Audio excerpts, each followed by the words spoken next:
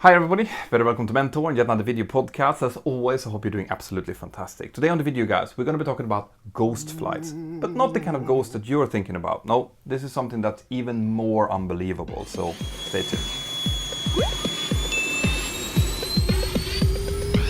Wind 310 at 16, everyone right, right on. Clear to land, 31 right. Delta 260. Right. Ghost flights. I have received a lot of questions about these kind of flights, both in the Mentour Aviation app on mentorpilot.com, through Twitter, through Facebook and everywhere. And everyone is equally outraged. How is it that these flights are allowed? Why can they not be stopped? Now, a ghost flight is a flight that is flown virtually empty. Okay, and it's a flight that is flown virtually empty day after day. It can be some passengers on it, sometimes there's no passengers on it, but it's very obvious that it's not a flight that is gaining any kind of money for the airline involved. So why is it flown in the first place? Well, in order to understand this, you have to understand the extraordinary situation that the airline industry is facing at the moment. With the outbreak of the Corona 2019 virus, the COVID-19, large part of the airline industry has been ruined. There are virtually no flights in and out of China. South Korea is very badly hit. And just 2 days ago, the government in Italy basically put the entire Italian country under quarantine. So from the end of this week, there's not going to be any flights into Italy, out of Italy, and very few, if any, flights operated domestically in Italy. Italy is one of the biggest markets in Europe. There's a lot of tourists going in and out of Italy. It's a lot of business travel. But even though Italy is the first country that has completely shut down its borders, this affects more than just Italy. People are nervous, they're afraid. IATA has been reporting that some airlines have up to 50% of their passengers not showing up for their flights. They're reporting declines of 26% over the entire network, and of course into Italy up to 100% decline in bookings. What this means is that the airline industry is facing something that at least I haven't seen during my 18 years. And in order to respond quickly to something like this, the airlines need to be able to reduce their flights. Okay, they need to be able to stop certain flights that are empty. They need to be acting very, very quickly. And the reason for it is because if you're not making money in the airline business, you're very quickly losing money, because flying an aircraft means paying the crew, means paying for maintenance of the aircraft, means paying for the fuel of the aircraft, for landing fees. There's a lot of money that is going out if you don't have any money coming in, right? So obviously the airlines want to quickly kind of hunker down and try to minimize the exposure to this. But here is where some regulation comes in, that creates these ghost flights. Some of the airlines in Europe, think of the biggest ones like Heathrow, Gatwick, Frankfurt, Brussels, Barcelona, Madrid, Rome.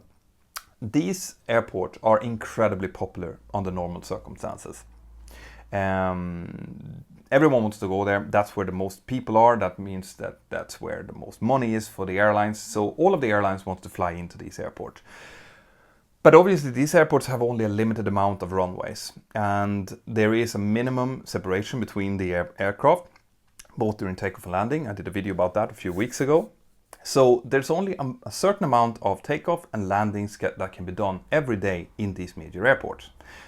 And there are more airlines and more aircraft than there are slots. Slots is either a landing or a takeoff time.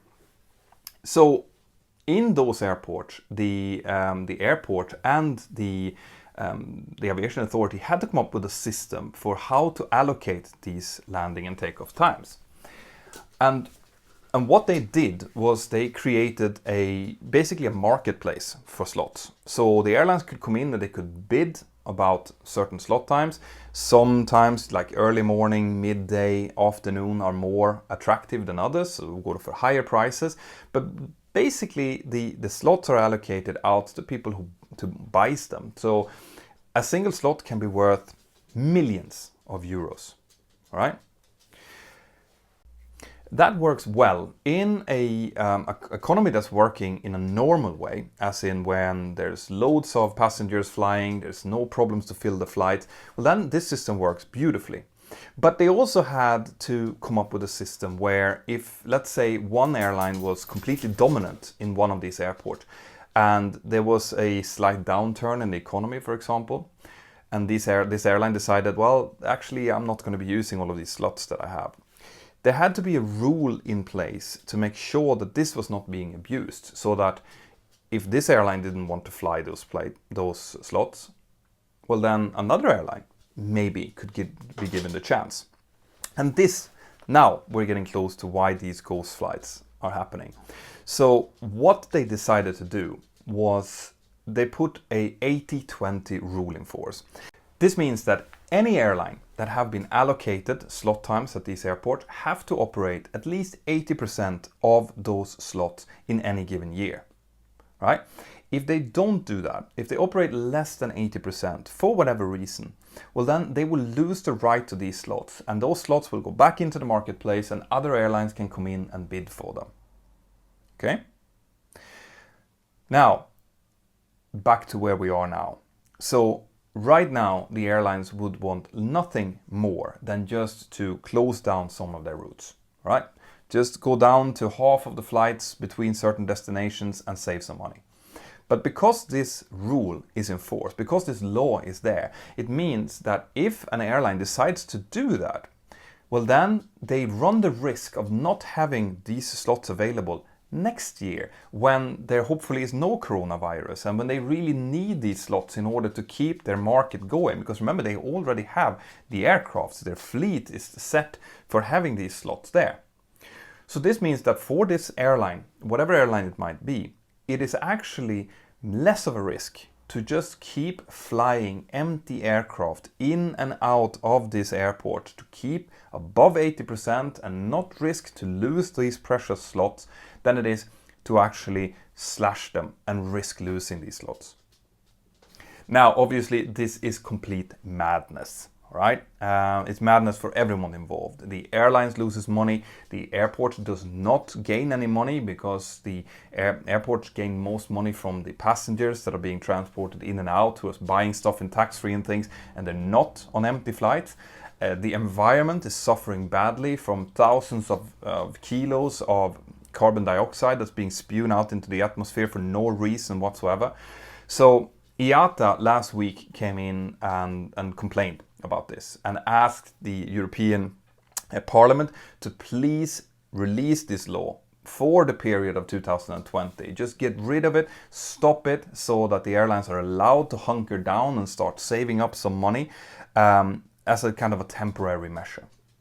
And actually, today, the president of the European Parliament, Ursula von der Leyen, came out and said that they were doing just this. Okay, they have a suggestion in force where the European Parliament will try to put into law to get rid of the 80-20 rule for the season of 2020.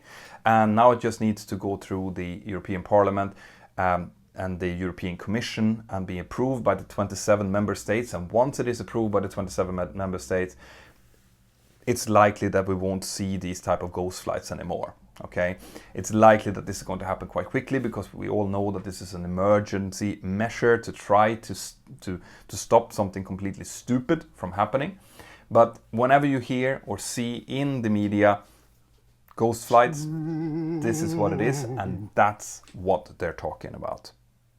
Now, guys, I love the fact that you keep asking me these kind of questions. This is actually why I do these like bonus episodes, because I see that there's a lot of questions about a particular topic, and I love being able to try to answer it for you. If you have more questions, then please remember to get into the comment field, ask more, or if you want a direct answer, then just download my free Mentour Aviation app. There's a link here in the description, and you can go in and join either the forums where there's more technical discussions or the chat where there's more general discussions. It's supposed to be a completely open and respectful society. That's why I built it, so that anyone, Even if you are like a professional pilot like me, or if you are a pilot in training or an aviation enthusiast, or maybe you're a nervous flyer, you should be able to ask your questions and get a respectful answer back. That's what the Mentour Aviation app is about. It's a fantastic community. So come in there, join us, and let's talk about aviation. If you're interested in getting very quick aviation news, well then mentorpilot.com and the Mentour Aviation app is the place to go to, because I have a fantastic team of administrators that's scouring the internet every day, and they search for the most interesting aviation news. When they find them, they put them into the app and they push out the most interesting ones to you. So check out the app, check out mentorpilot.com, and I'll see you next time. Bye-bye. Right guys, I really hope that you liked that. If you want more content like that, more aviation content, well then check this out. I hope that you have subscribed to the channel and that you've highlighted the little notification bell. See you inside of the Mentour Aviation app and have an absolutely fantastic day. Bye-bye.